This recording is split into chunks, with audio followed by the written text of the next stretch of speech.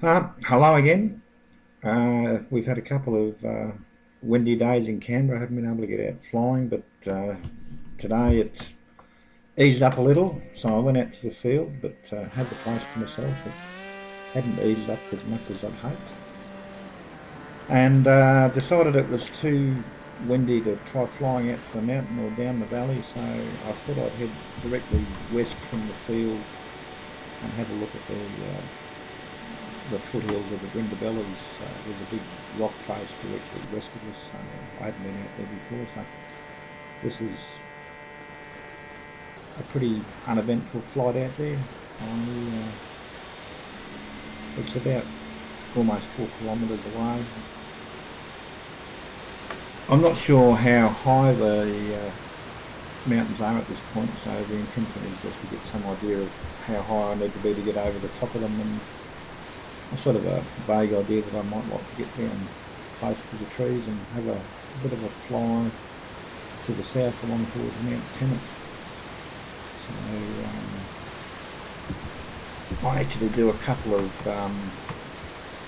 passes getting the altitude right, which seems to be just over 500 metres.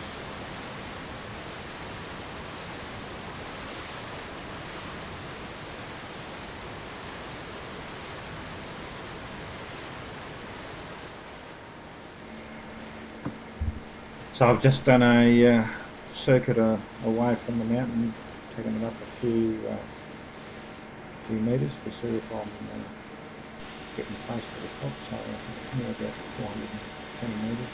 That speed that's flashing there, that actually turns out to be in knots. I've messed up the on-screen display. It's 50 kilometres, but it's showing knots. So I'm actually probably only travelling about half that speed. So I'm heading towards the rock face, and it's not looking real good for height. It looks like it's a bit closer than I'd be comfortable with. So off I go to gain a few more metres height, probably another 100 metres I think, and give it another shot.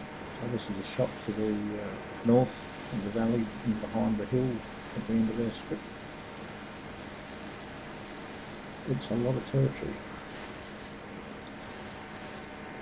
So just swinging back here now, I think I'm up over the 500 metres.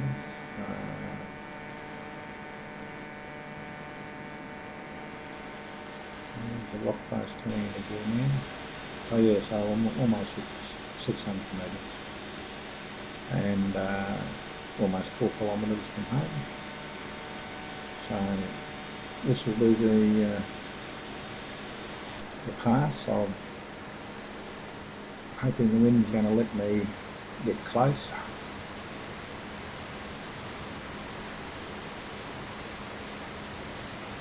That green line you can see just in the coming into the middle of the screen now is a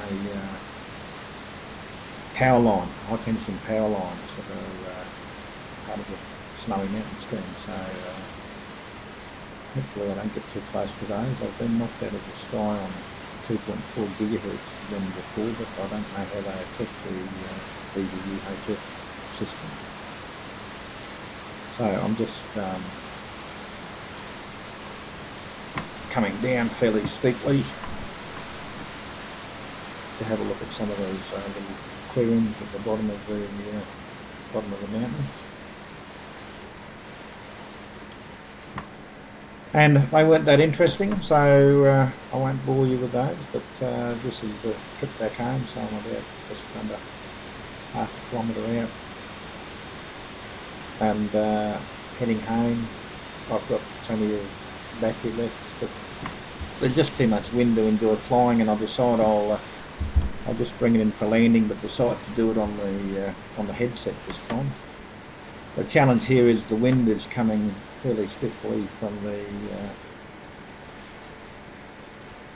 the south, so to land into it I've got to land from the hillside of the strip, which is a fairly short, steep approach. You've got to come down from height. Nobody in the club really likes doing it, but I decide, well, I've got plenty of battery, I can have as many shots at it as I like. So this is the first attempt. So I basically come in over the top of the hill. So the strip's just down to the right. I'm flying with the stabiliser on, which limits the amount of pitch and roll that I can put on it, and I'm trying to judge the angle for the strip, and I don't get it too bad, but by the time I get down near it, I'm too far down to touch down because I haven't actually pulled the electric fence here down, so I'm trying to I really need to land before I reach that dam. So it's a go around. This is the second attempt. I come in a little bit lower down the hill this time. Again, I line up. The on-screen display that I'm looking at doesn't give me as wide an angle as this, so I'm not actually seeing the strip as seen on the headset as I do as you do on the screen, and I've left a little bit late to make the turn, so another go around.